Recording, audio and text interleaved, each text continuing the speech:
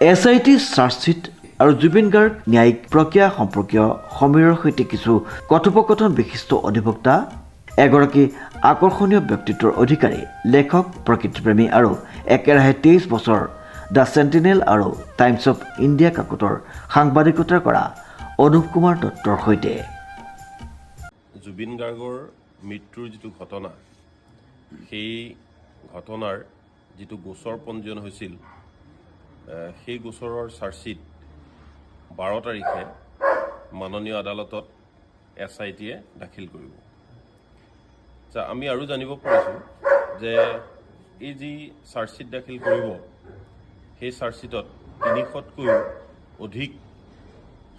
সাক্ষীৰ সাক্ষ্য গ্ৰহণ কৰা হৈছে আৰু সেই কথাটো SITৰ মুৰব্বী মুন্না প্ৰসাদ গুপ্তাই ইতিমধ্যে ৰাজহুৱা কৰিছে। এতিয়া আমি এজন অধিবক্তা হিচাপে যিখিনি আমাৰ অভিজ্ঞতা হৈছে, সেই অভিজ্ঞতাৰ পৰা এটা কথা ক'ব পাৰোঁ এই মুহূৰ্তত যে 300জন সাক্ষী যিহেতু এটা গোচৰত তেওঁলোকে সাক্ষীৰ সাক্ষ্য গ্ৰহণ কৰিছে আৰু যিটো ট্ৰায়েল হ'ব, যিটো বিচাৰ প্ৰক্ৰিয়া হ'ব, সেই বিচাৰ প্ৰক্ৰিয়াটো বৰ চুটি নহ'ব। নিশ্চিতভাৱেই এই বিচাৰ প্ৰক্ৰিয়াটো এটা ফাষ্ট ট্ৰেক আদালতত কৰিলেহে আচলতে অসমবাসীয়ে যি বিচাৰিছে, যি এটা ক্ষিপ্ৰভাৱে এটা ন্যায় বিচাৰিছে, সেই ন্যায় পাবলৈ সক্ষম হ'ব। কিয়নো 300জন সাক্ষীৰ সাক্ষ্য লগতে ইনভেষ্টিগেটিং এজেঞ্চিয়ে যথেষ্ট পৰিমাণৰ তথ্যপাতি সংগ্ৰহ কৰিছে। গতিকে সেই তথ্যপাতি বা সেই যিখিনি প্ৰমাণ, সেইখিনি আদালতত উপস্থাপন কৰিবৰ কাৰণে যথেষ্টখিনি সময়ৰ প্ৰয়োজন হ'ব। গতিকে এটা ফাষ্ট ট্ৰেক আদালতত এই গোচৰটো বিচাৰাধীন হ'ব লাগে, বিচাৰ কৰিব লাগে আৰু তাৰ পিছতহে আচলতে আমাৰ জনসাধাৰণে যিটো আশা কৰিছে, সেই আশা কৰা মতে এটা ফল পাব বুলি মই ভাবিছোঁ। হয়, আৰু গোটেইখিনি ধৰক যিহেতু আপুনি ক'লে যে 300ৰ সাক্ষ্যদান কৰিছে, তাত আমি শ্বৰ্ট ডেটৰ কথাখিনি আহিব নেকি? শ্বৰ্ট ডেট ধৰক বা প্ৰতিদিনে কিমানকৈ সাক্ষ্যদান কৰিব পৰা হ'ব বুলি আপুনি ভাবে? আচলতে যদিহে এইটো ফাষ্ট ট্ৰেক কোৰ্টত এই গোচৰটো বিচাৰ চলে, ফাষ্ট ট্ৰেক কোৰ্টত বিচাৰ চলিলে তেতিয়া সেই ফাষ্ট ট্ৰেক কোৰ্টৰ যিখিনি নীতি নিয়ম, সেই নীতি নিয়ম অনুসৰি হ'ব আৰু নিশ্চিতভাৱে তেতিয়া সৰ্বাধিক সংখ্যক সাক্ষী এদিনৰ ভিতৰত ল'ব পৰা হ'ব আৰু গোচৰটো যাতে ক্ষিপ্ৰ হোৱাত সহায় হ'ব। হয়, যিহেতু আমাৰ এতিয়া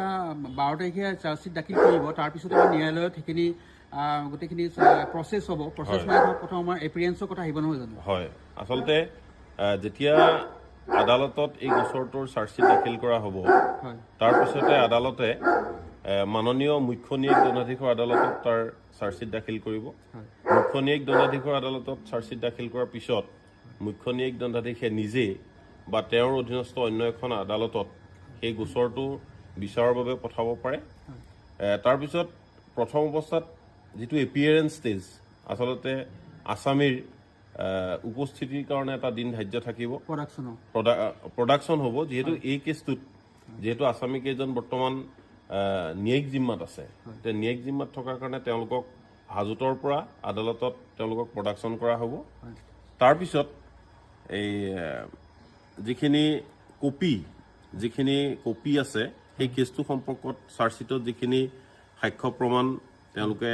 ইনভেষ্টিগেটিং এজেঞ্চিয়ে যিখিনি লৈছে, সেইখিনি আসামী পক্ষক দাখিল কৰা হ'ব আৰু তাৰ পৰৱৰ্তী পৰ্যায়ত যিটো অফেন্স এক্সপ্লেনেশ্যন বা কনচিডাৰেশ্যন অফ চাৰ্জ,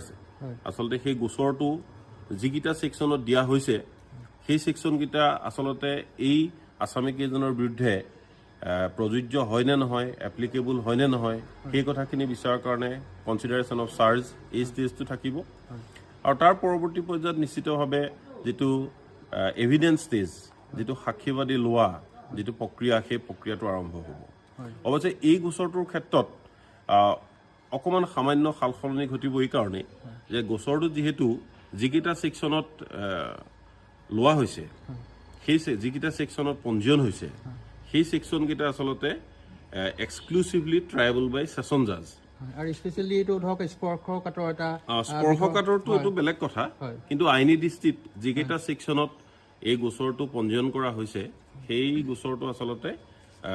ছেছন জাজৰ দ্বাৰা বিচাৰাধীন গোচৰ হয় সেইকাৰণে যিটো আমাৰ মুখ্য ন্যায়িক দণ্ডাধীশৰ আদালতত যি চাৰ্জশ্বিট দিব তাৰ পৰৱৰ্তী পৰ্যায়ত এটা হয় কমিট কৰা এটা ষ্টেজ থাকিব হয়। মুখ্য ন্যায়িক দণ্ডাধীশে সেই গোচৰটো উচ্চ আদালতলৈ অৰ্থাৎ ছেছন জাজৰ আদালতলৈ সেই গোচৰটো কমিট কৰিব আৰু তাৰ পৰৱৰ্তী পৰ্যায়ত বাকীখিনি যিখিনি প্ৰক্ৰিয়া আছে কনচিডাৰেশ্যন অফ চাৰ্জ বা এভিডেন্স সেইখিনি বস্তু আহিব মানে ধৰক সাক্ষ্যদান স্পেচিয়েলি আমাৰ ছেছন জাজতে হ'ব ছেছন জাজত হ'ব হয়। ছেছন জাজত হ'ব আৰু কেতিয়াবা এনেধৰণে আমি নিগেটিভ হিচাপে কিছু চিন্তা কৰিব পাৰোঁ আমি কেতিয়াবা দেখা যায় যে ধৰক সাক্ষ্যদান যিসকলে কৰে বহু ক্ষেত্ৰত চাৰ্জশ্বিটৰ যিটো সাক্ষ্যদান তেওঁলোকে ষ্টেটমেণ্ট থাকে পিছত যেতিয়া আমাৰ ন্যায়ালয়ত তেওঁলোকে সাক্ষ্যদান কৰে অলপ কিবা কিবি অলপ কেতিয়াবা খেলি মেলি অলপ হয় নেকি তেওঁলোকে অলপ ধৰক সেই লগত কিবা আচলতে তেনেকুৱা ঘটনা নঘটা নহয় হয় তেনেকুৱা ঘটনা ঘটে যে সাক্ষীবিলাকে হয় পুলিচৰ আগত যিটো ষ্টেটমেণ্ট দিয়ে হয় সেই ষ্টেটমেণ্টটোৰ লগত তেওঁ আদালতত যিটো ষ্টেটমেণ্ট দিয়ে আদালতত যিটো তেওঁ সাক্ষী দিয়ে সেই সাক্ষীটো মিল থকাটো অত্যন্ত জৰুৰী হয় যিহেতু সেইটো তেওঁ পুলিচৰ আগত দিয়া ষ্টেটমেণ্ট আৰু আদালতত দিয়া সাক্ষ্যৰ মিল থাকিলেহে আচলতে তেওঁৰ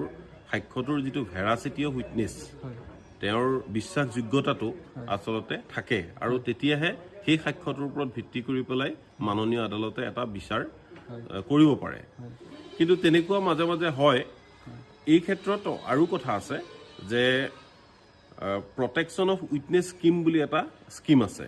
সেই প্ৰটেকশ্যন অফ উইটনেছ স্কিমত কি হয় যিবিলাক আটাইতকৈ গুৰুত্বপূৰ্ণ সাক্ষী সেই গুৰুত্বপূৰ্ণ সাক্ষীবিলাকক আদালতে সেই গুৰুত্বপূৰ্ণ সাক্ষীবিলাকৰ প্ৰটেকশ্যনৰ কাৰণে ব্যৱস্থা ল'ব পাৰে যেনে ধৰক কোনোবা যদি সাক্ষীৰ কোনোবা উইটনেছৰ যদি এই গোচৰটোত সাক্ষী দিয়া সম্পৰ্কত তেওঁৰ জীৱনৰ প্ৰতি ভাবুকি আহিছে বা তেওঁ অন্য কিবা সমস্যাৰ সন্মুখীন হৈছে অন্য কিবা থ্ৰেট তেওঁ যদি পাইছে আৰু তেনেকুৱা সাক্ষীয়ে যদি আদালতত যদি দৰখাস্ত কৰিব কৰে যে মোক এই গোচৰটোত সাক্ষ্য দিয়াৰ কাৰণে মোৰ যিটো পৰিচয় সেই পৰিচয় গোপনে ৰাখিব লাগে বা প্ৰয়োজনীয় যিটো প্ৰটেকশ্যন সেই প্ৰয়োজনীয় প্ৰটেকশ্যন দিব লাগে তেতিয়া মাননীয় আদালতে সেই প্ৰটেকশ্যন দিয়াৰ ব্যৱস্থা কৰাৰ বিধান আছে আৰু সেইটোক প্ৰটেকশ্যন অফ উইটনেছ স্কিম সেইটোৰ অধীনত পৰে গতিকে মই ভাবিছোঁ এই গোচৰটোত যদি তেনেকুৱা কিবা বিষয় আহে নিশ্চিতভাৱে সেই যি তদন্তকাৰী সংস্থা SIT তেওঁলোকে নিশ্চিতভাৱে তেনেকুৱা পদক্ষেপ হাতত ল'ব আৰু আমি সাধাৰণতে দেখিবলৈ পাওঁ যে ধৰক ডিফেন্স কাউন্সিল বা পাব্লিক প্ৰচিকিউটৰ বা গভৰ্ণমেণ্ট প্লিডাৰ তেওঁলোকে সেই মানে পৰ্যায়খিনি থাকিব নেকি কিবা আচলতে এই গোচৰটোৰ সম্পৰ্কত ইতিমধ্যে মাননীয় মুখ্যমন্ত্ৰীয়ে এটা কথা প্ৰকাশ কৰিছে যে এজন স্পেচিয়েল পাব্লিক প্ৰচিকিউটৰ এই গোচৰটোৰ ক্ষেত্ৰত নিয়োগ কৰিব আচলতে এনেকুৱা যি স্পৰ্শকাতৰ বা এনেকুৱা যি চেঞ্চিটিভ যিবিলাক গোচৰ আছে